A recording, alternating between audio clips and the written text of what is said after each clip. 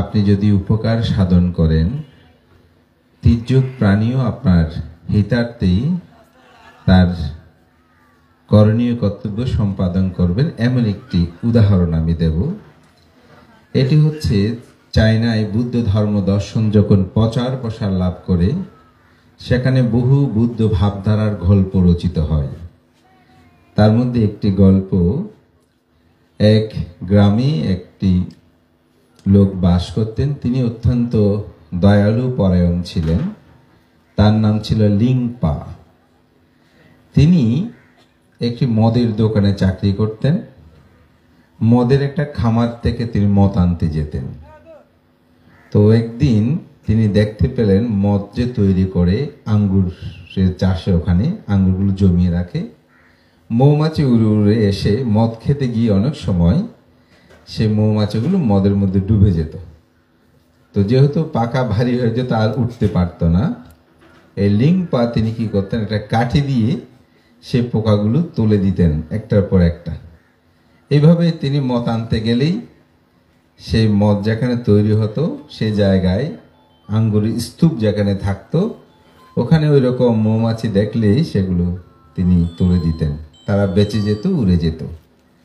একদিন এক ডাকাত তারা মদের দোকানে এসে মদ ক্রয় করার জন্য আসলে তার সাথে বাড়াবাড়ি হয় এবং তার সাথে ঝগড়া হয়। শেষে তারা সেখান থেকে চলে যাওয়ার পর এক বাড়িতে ডাকাতি করতে গেলে তারা করলে দূরতে দূরতে পুলিশের হাতে তারা ধরা পড়ে। তো পুলিশ জিজ্ঞাসা করে, তোমাদের সাথে কে কে আছে? তো যেহেতু ওই যে মদের দোকানে যিনি চাকরি করে তার সাথে একটু বাড়াবাড়ি হয়েছে, তারা এই সুযোগে তার নামটি বলে দেয়, বলে সেও আমাদের সাথে আছে। তখন তাকে ধরে নিয়ে গেল। তাকে যেদিন রায় প্রদান করবে সেদিন সে অসহায়, কোনো ক্রমে, যেহেতু ডাকাতরা বলছে, যেহেতু ডাকাতের দল যারা ছিল সবাই সাক্ষী দিচ্ছে সে আমাদের সাথে ছিল, তো বিচারক বিচার কার্য শেষ করে ঘোষণা দেবেন। ঠিক সেই মুহূর্তে বিচার কক্ষে বিশাল একেবারে এক মৌমাছির দল এসে হানা দিল।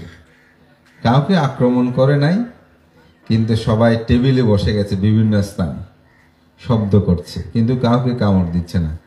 বিচারক খুব চিন্তিত হয়ে পড়ল। মৌমাছি আসলে তো কামড় দেওয়ার কথা, কোনো কামড় দিচ্ছে না, কিছু করছে না, কিন্তু সবাই এসে বসে আছে, অবশ্য আমার বিচারের কোনো জায়গায় ভুল হচ্ছে। তখন তিনি আবার পুনঃ তদন্ত করে গভীরভাবে পর্যবেক্ষণ করে দেখলেন যে আসলে মদ বিক্রেতা সে এই চুরি ডাকাতির সাথে কোনো সম্পর্ক যুক্ত নয়। তখন তাকে মুক্ত দিল আর ডাকাতদেরকে কঠিন শাস্তি দিল। এটি চায়নার বুদ্ধ সভ্যতার যখন বিকাশ ঘটে, প্রাণী হত্যা না করলে প্রাণীর প্রতি যে দয়াশীল হলে কি হয় তার একটি গ্রন্থ প্রকাশিত হয়।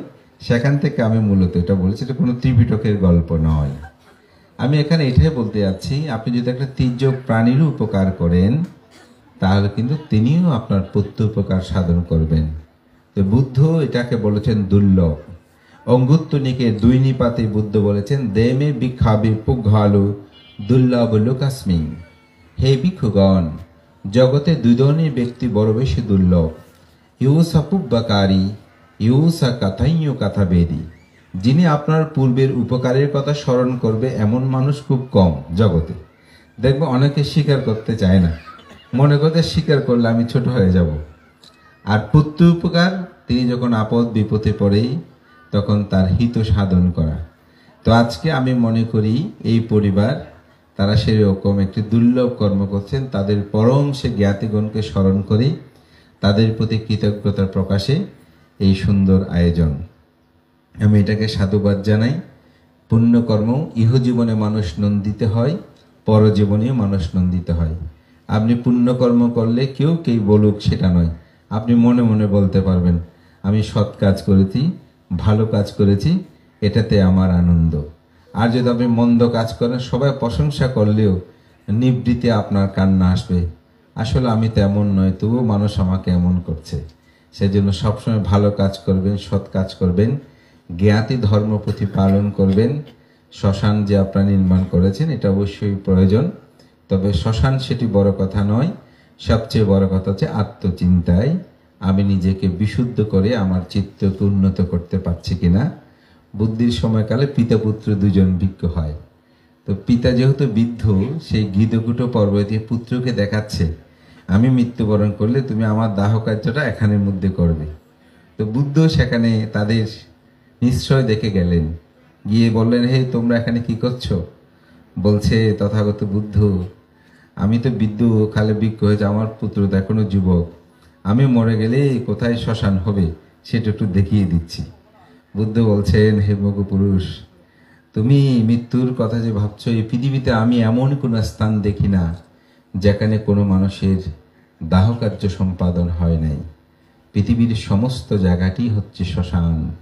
সুতরাং সেই চিন্তা না করে তুমি কিভাবে বিমুক্তি লাভ করবে, কিভাবে তুমি সমস্ত আসব ক্ষয় করবে, সেই চিন্তায় তুমি নিমগ্ন হয়ে আত্মসাধনায় নিমগ্ন হও।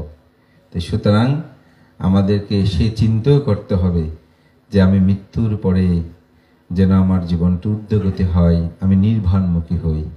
এই পদ্ধতি আমাদের সবার মধ্যে বিদ্যমান থাকুক, এই আহ্বান করে আমাদের প্রকাশ মুর্শিদি মহোদয়, তিনি অনেক আসলে কষ্ট করে বারবার আমাকে ফোন করে যোগাযোগ করেছেন। আমার অত্যন্ত পরম প্রিয় দায়ক, আমার প্রত্যঙ্গা বিহারেরই, যিনি প্রতিষ্ঠাকালীন সময় থেকে জড়িত, আমাদের সদ্ধর্ম সেবক, যাকে আমরা এস বড়ুয়া হিসেবে জানি, মিরস রায়, উনি সহ বারংবার যোগাযোগে আজকে আমাদের বহুবিধ অনুষ্ঠান থাকা সত্ত্বেও এখানে উপস্থিতি, তার আগ্রহ, তার মাতৃলিপি বাক্যকে প্রতিপালনের জন্য আমি পুণ্যদান করছি। উপাসিকা সহ পরম জ্ঞাতিগণ, তারা যেখানে উত্তম নৈপুণ্য আসে লাভ করে সুখী হোক, আপনারও সুখী হন। সবাই ধর্মময় জীবনযাপন করে এই প্রত্যয় ব্যক্ত করে সঙ্গকে বন্দনা জানিয়ে আমার সংক্ষিপ্ত ধর্মকথা এখানে শেষ করছি। জগতের সকল প্রাণী সুখী হোক। আত্মদীপ বিহারতা আত্মশরণ অনয় শরণ, ধম্মদীপ বিহারতা ধম্ম শরণ অনয় শরণাতি।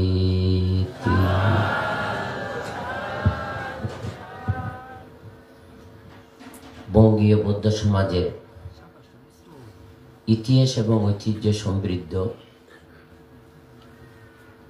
নন্দিত মৎস্যদ্বীপ পরিবারের অতীত ইতিহাস স্মরণ, মূল্যায়ন, মর্যাদা, পাশাপাশি তাদের প্রতি কৃতজ্ঞতা, অন্তরের গভীর শ্রদ্ধা নিবেদনের পাশাপাশি পুণ্যদানের, তাদেরকে সুখী করার জন্য গতকাল থেকে আজ অবধি মনোমুগ্ধকর প্রশংসনীয় পুণ্যকর্মের সুন্দর ব্যবস্থাপনা করেছেন যোগ্য উত্তরসূরিগণ। তাদের আয়োজনকে স্বাগত জানাই, শুভেচ্ছা জানাই, আশীর্বাদ করি। যারা প্রয়াত হয়েছেন তারা সুখী হোক, বর্তমান যারা আছেন তারা আরও আলোকিত বরেণ্য জীবনের অধিকারী হয়ে পূর্ব ঐতিহ্যকে, ইতিহাসকে প্রজন্মের মাঝে ফুটিয়ে তোলার ক্ষেত্রে আজকে যেমন অগ্রণী ভূমিকা পালন করে যাচ্ছেন, আগামীতেও এটা যেন অম্লান থাকে, অটুট হয়, সেই প্রত্যাশা করি। আসলে বাঙালি বৌদ্ধরা উৎসব করতে ভালোবাসে, অর্জন করতে তেমন আগ্রহী নয়। যেমন আজকে এত সুন্দর সুযোগটা পেয়েছিল, কাজে লাগাতে পারেনি। কেন পারেনি? আজকে যদি পট্টান পাঠটা এখানে না করে গতকাল কীর্তনের আগে যদি পট্টান পাঠটা করতেন, তাহলে এত বড় আয়োজন, এত টাকা ব্যয় সার্থক হতো।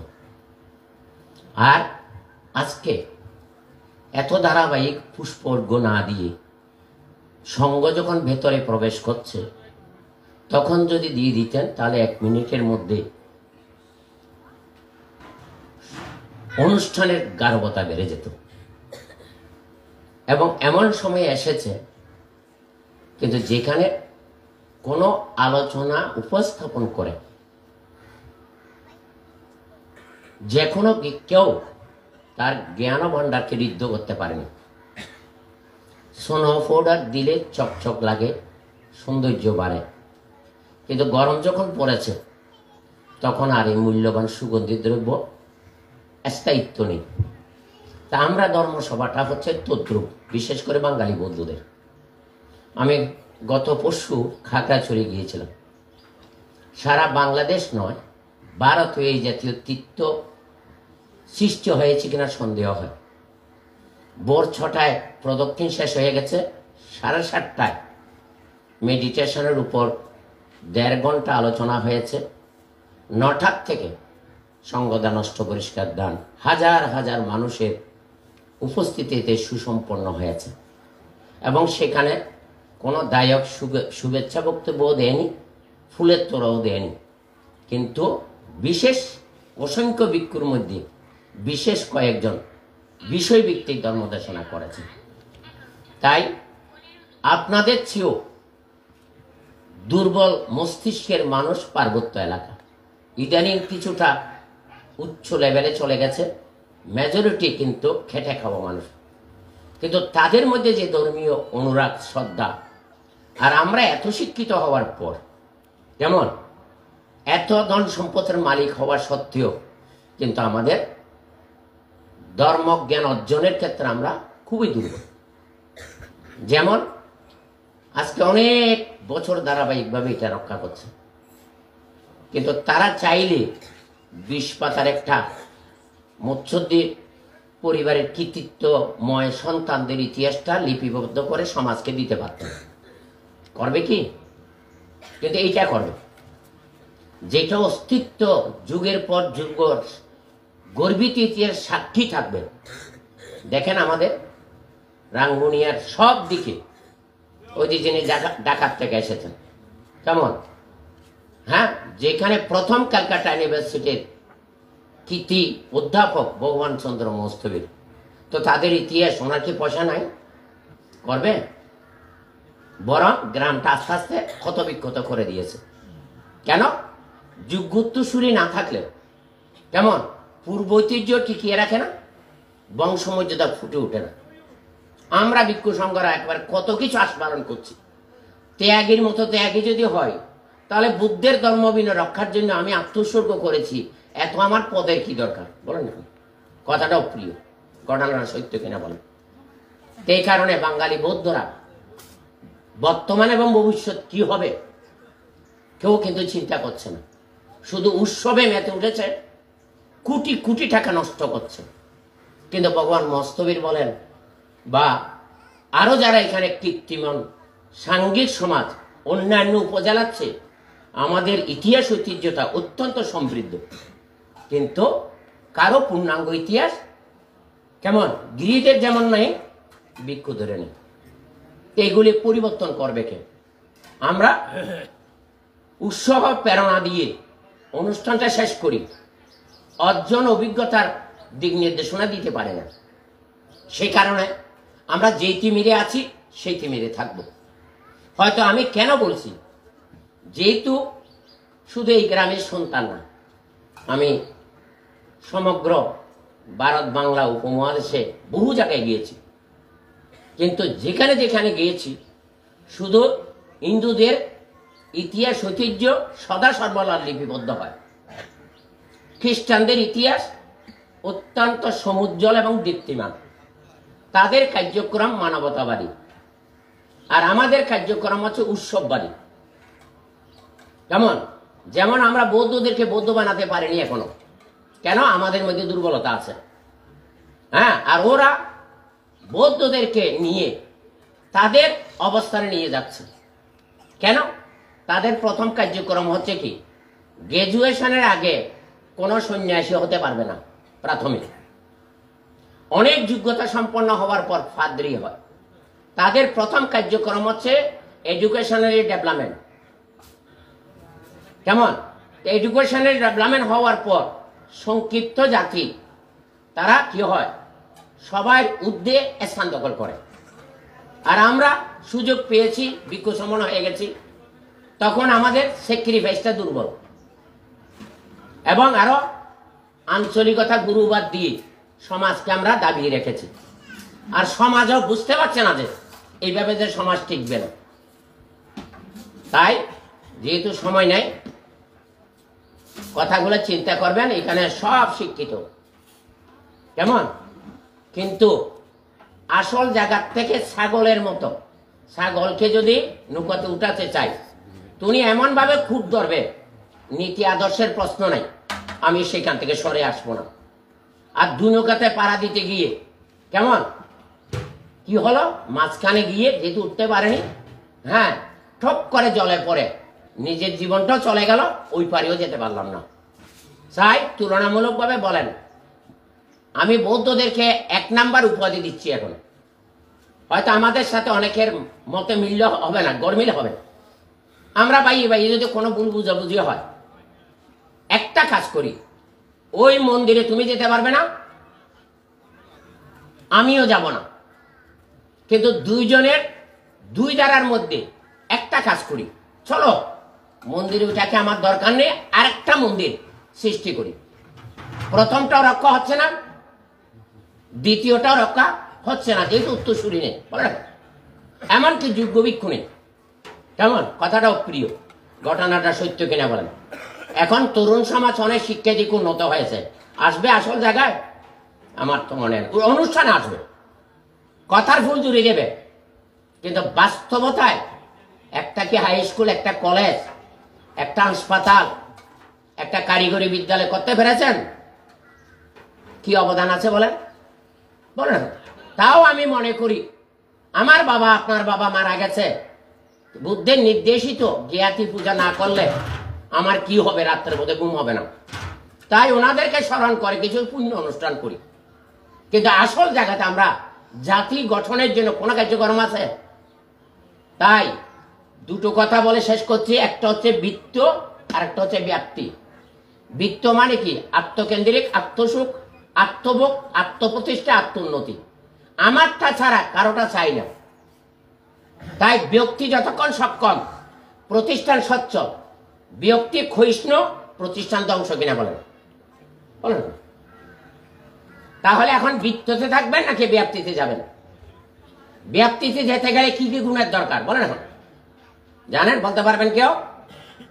হ্যাঁ, হয়তো আমি বললে, আমি প্রশ্ন করতে আমি উত্তর দাদা বললে হয়তো মাথা নাড়বেন, কিন্তু এত বছর আমরা কি জানলাম? এত বছর কঠিন চিবরে, সঙ্গদানে, সম্মেলনে, বলেন না, কি জানলেন? কি পরিবর্তন হলো? কি সংশোধন হলো? বুকে হাত দিয়ে বলতে পারবেন? হ্যাঁ, একটা জায়গাতে এসে গেছেন, আমি সেক্রেটারি, আমি প্রেসিডেন্ট, কেমন, আমি বক্তব্য দিতে জানি, বলেন। কিন্তু আপনার দ্বারা কি হওয়া দরকার, কি দিলে সমাজ উপকৃত হবে, আলোকিত হবে, সেই চিন্তা আছে? বলেন। এই যে রাঙ্গুনি আজকে পিছিয়ে কেন? আগে বাঘা বাঘা এবং আন্তর্জাতিক মানের প্রতিভাদীপ্ত সাংঘিক ব্যক্তিত্ব তোরা ছিল, তাদেরকে কেউ জানেন? নাম জানেন? কি কাজ করেছে জানেন? হ্যাঁ, 1913 সালে শিলকের গুণালঙ্কার মস্তবের পাহাড়তলি গ্রামে একটা বক্তব্য দিয়েছিলেন। সমগ্র সমাজের প্রেক্ষাপট এই বক্তব্যের মধ্যে নিহিত আছে। এই তথ্য আমার কাছে আছে নাকি বিক্ষ সংঘের কাছে আছে? বলেন। সেই যিনি 3 জন প্রথম ক্যালকাটা ইউনিভার্সিটির MA পাস ডিগ্রি প্রাপ্ত ডক্টর বেণীমাধব বড়ুয়া, মহিমা চন্দ্র, ডক্টর অরবিন্দ, 3 জনকে সম্বোধনা দিয়েছিল। এই ভাষণটা পড়েন, আর অন্য কিছু পড়তে হবে না। তাহলে কিরকম প্রতিভাদীপ্ত ব্যক্তিত্ব হলে এরকম বাঘা পণ্ডিতের সামনে তিনি সভা জয় করে আসছেন, বলেন। তো আমি সংক্ষেপে শব্দগুলো বলে বেঁকে যাব না। প্রথম যেই গুণটা না হলে কিছুই হবে না, সেটা হচ্ছে সৃজনশীল মেধা। যার সৃজনশীল মেধা আছে, 1000 জনের মাঝে একজন হতে দাঁড়াতে পারে, তাকে দায়িত্ব দেবে। কারণ এই মেধা সম্পন্নকে দায়িত্ব দিলে নতুন অনেক কিছু সৃষ্টি করবে। কিন্তু এখন তাদেরকে সহায়তা করবেন? বলেন, করবেন না। তো তাহলে মেধার পূজা হয়নি, গুণীর পূজা হয়নি, তাহলে গুণী জন্মগ্রহণ করবে না। যে অন্ধকারে, সে অন্ধকারে থাকবো। দ্বিতীয় হচ্ছে কি? দূরদৃষ্টি। কাকে দিয়ে কি কাজটা করবেন, কাকে দায়িত্ব দিলে কেমন সমাজ ঐক্যবদ্ধ থাকবে, গরমিল হবে না, ভুল বুঝাবুঝি হবে না, বলেন? হ্যাঁ, এই যে ইমাংশু বাবুরা যখন নেতৃত্ব দিয়েছে কি নিজের পকেটের পয়সা খরচ করি জায়গা জমি বেশি মানুষের উপহার করছে দেয়, কিন্তু ক্ষতি করছে দেয়, এরকম আছে না? এখন ফতত গেলে ছক্কা, ইমাংশু বাবু হয়ে গেছে ফক্কা, কিন্তু ইমাংশু বাবু স্মরণীয় আর ওইটারা ডুবি গিয়ে না হয়। আরে মারিবে তোমারা, অসুবিধা নেই। এই বিক্ষ সংখ্যা এনে বহুত আজ পালন করি, একখান একবারে সোনা দিয়ে সারা গেলায়, কিন্তু সোনার মানুষ করে না আছে না? তারপরে শুধু দূরদৃষ্টি নয়, আত্মীয় স্বজন নির্বাচন করতে হলে দূরদৃষ্টির পরিচয় দিতে হয়, নাহলে বংশ ধ্বংস হয়ে যায়, হয় কিনা বলেন? এন গড় আত্মীয়তা গর্জন কেন তখন আইনের সাথে সাথে হ্যাঁ পরিবার কি হই ধ্বংস হই। আর গরিব মানুষ সহজ সরল ঐতিহ্য আছে, তাদের সাথে আত্মীয়তা করে দেন ও বললে যেন লক্ষ্মী বৌমা লক্ষ্মী ছেলে ও গান বাগানের সংসার বাগান গান টিকে রাখবো, বুঝতে এখন? হ্যাঁ, তৃতীয়ত কি আর সমাজের সমস্যার কোনো শেষ নাই, আছে না? এনে হন তো বাকি বাকি এনে এনে এনে ভিতরে যান না, হ্যাঁ 2 তল্লাই লাল বিল্ডিং গি না হন, কিন্তু 2 কেউ কেউ সারি নদের তাহলে খেললাই উপস্থিত বুদ্ধি, সমস্যার সমাধানে উপস্থিত বুদ্ধি যদি না থাকে, সংগঠনও শেষ, পরিবারও শেষ, সমাজ ভালো কিছু আশা করতে পারে না। তাহলে এই বুদ্ধি সম্পন্ন ব্যক্তিকে, উপস্থিত বুদ্ধি সম্পন্ন ব্যক্তিকে দায়িত্ব দিচ্ছে হ্যাঁ ওই অর্থের ক্ষমতা, ক্ষমন অর্থ এবং ক্ষমতা ইউন দিনে কেন করে ছিনালি ফেলার, আর আসন ফাদ্য হনে আগে হয়তো গুণীজন, এখন ফাদ্য হনে ওই হঠাৎ করে অনুফুলে ফেলা গেছে গিয়ে পয়সা, তো পয়সার মূল্যায়ন করতে জানি, পয়সা শেষ, ইতিও শেষ, আসনও শেষ, চেয়ারম্যানের চেয়ার খুশি হরি না। তারপরে কি রুচিশীল পরিকল্পনা, এই যে একটা টাকা খরচ করে রুচিশীল পরিকল্পনা কত ভালো হই, সুন্দর হই, দৃষ্টিনন্দ নেই না।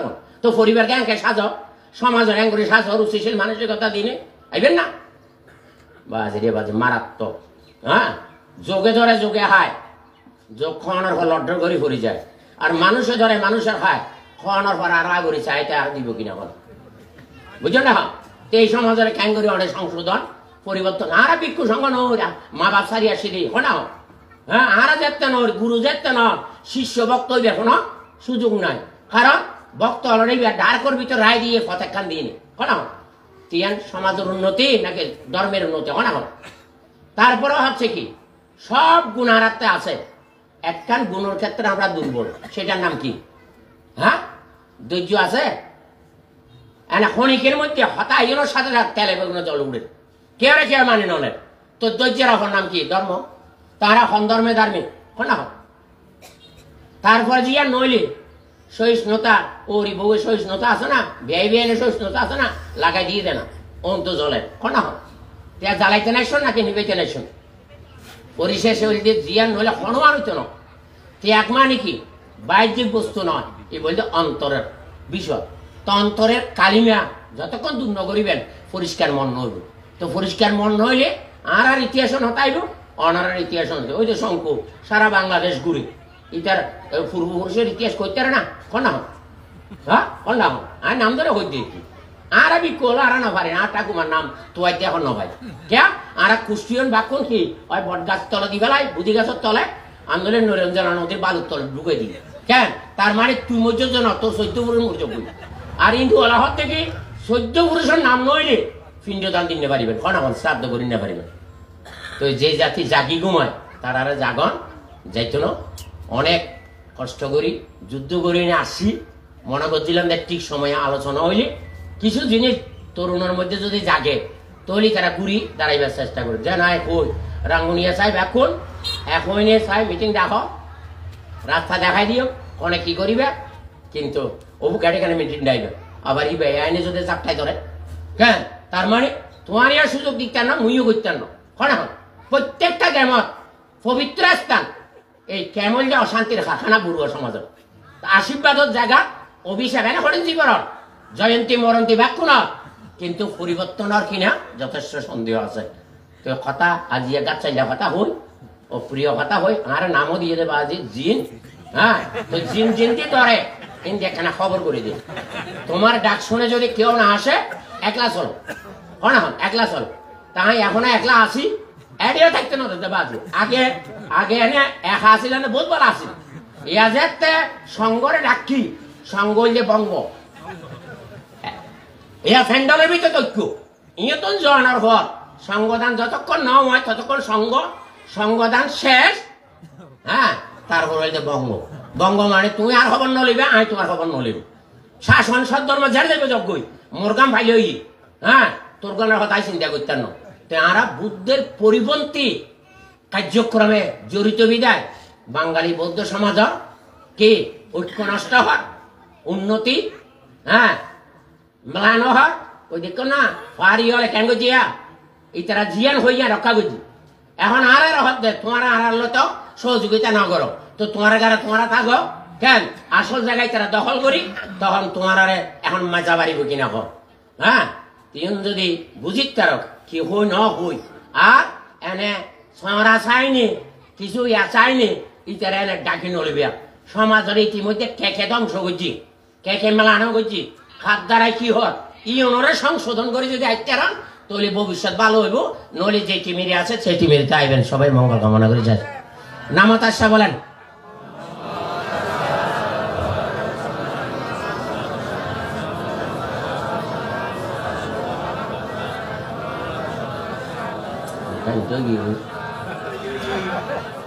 হ্যাঁ খন ইমাং বিজ্ঞান সাহা আটটা পরীক্ষারান সাহা আটটা পরীক্ষারান ভিক্ষু সংঘাসা দানাং ধীমা পুজিমা দ্বিতীয়াম্পি বন্তে ইমাং বিজ্ঞান সাহা আটটা পরীক্ষারান ভিক্ষু সংঘাসা দানাং ধীমা পুজিমা তৃতীয়াম্পি বন্তে ইমাং বিজ্ঞান সাহা আটটা পরীক্ষারান ভিক্ষু সংঘাসা দানাং ধীমা পুজিমা Jima, jima, jalan.